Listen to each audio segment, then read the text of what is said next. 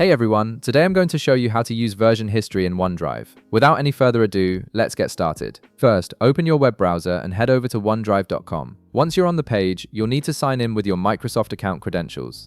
This will give you access to all your stored files and OneDrive features. After signing in, wait for the login process to complete. You'll then be directed to your OneDrive dashboard, where you can see all your folders and files. This is your main workspace where you'll manage everything stored in your cloud. Now, to access version history, start by navigating to the left side of your OneDrive dashboard. You'll see several options listed there. Click on My Files to open your Files folder. This section displays a complete list of all the documents and files you've uploaded or created within your OneDrive account, making it easy to locate exactly what you need. Next, find the specific file you want to view the version history for.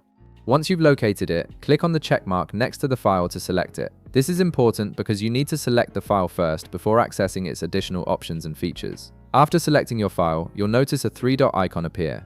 This icon represents a menu with more actions you can take with the selected file. Go ahead and click on the three-dot icon and a context menu will pop up, displaying several options for managing your file. From this context menu, look for and click on Version History. This feature is incredibly useful because it shows you all the previous versions of your file, allowing you to track changes, restore earlier versions, or simply review what modifications were made over time.